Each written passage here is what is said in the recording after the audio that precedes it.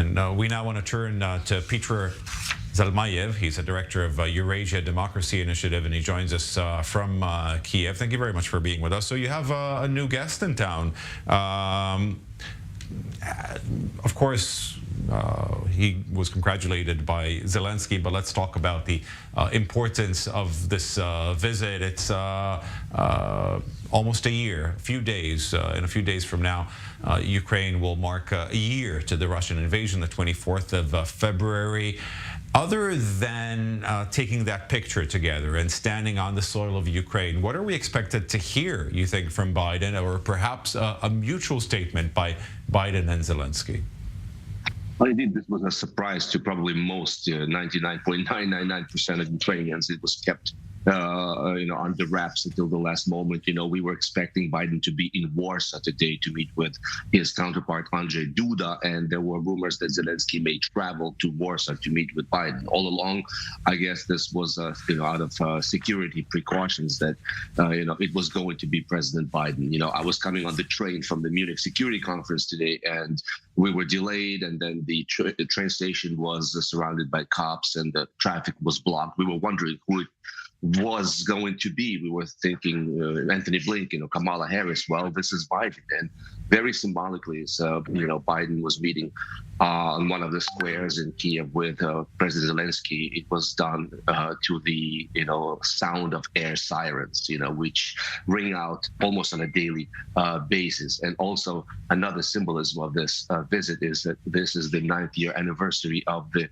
Heavenly 100, which is the group of people who died, the heroes who died during the Maidan of 2014-2015. Well, Biden is obviously here to encourage the Ukrainians to continue pushing to liberate as much territory as possible. We are hearing that Western allies of Kyiv are pushing for a counteroffensive because they feel that there's enough weaponry now and arriving at a decent enough pace to enable Ukrainians to stage a counteroffensive in the weeks or months to come.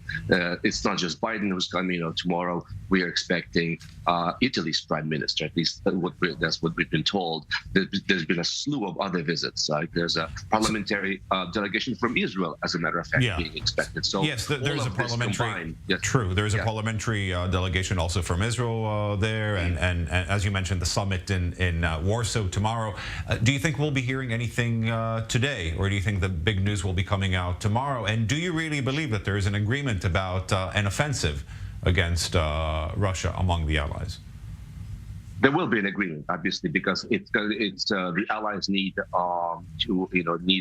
show some result of all the money that they've spent to their electorates. And unless there's a stalemate, they're going to be very hard pressed to continue to justify releasing such huge amounts of money, for Ukraine's defense. So yes, the counteroffensive is in the offing. We don't know where, we don't know when, but yes, it's coming. As far as what we can expect from Joe Biden, either today or tomorrow, I can't predict, but there'll probably be an announcement of another package. The best case scenario would be those long-range weapons, ATACMS. I'm talking about missiles. Not 100% sure that's going to happen, but another significant, component to aid Ukraine in this coming counteroffensive, maybe in the offing, and I hope that Biden will announce. So President Biden there for the first time, a very symbolic visit.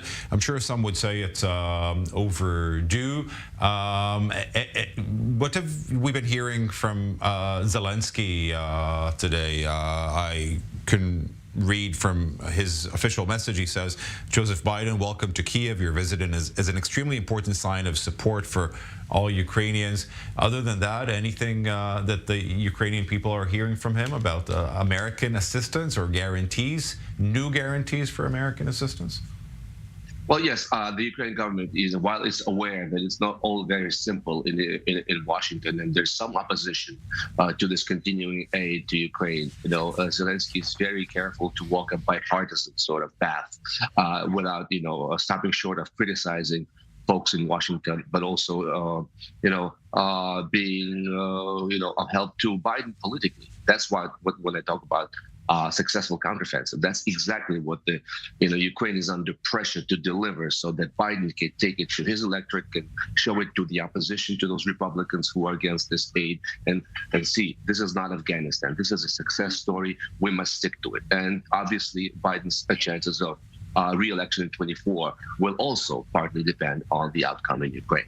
Peter, before we part, on a personal note, you, as all Ukrainians, you are marking 1 year to this war. It's also a personal thing, not just a national thing.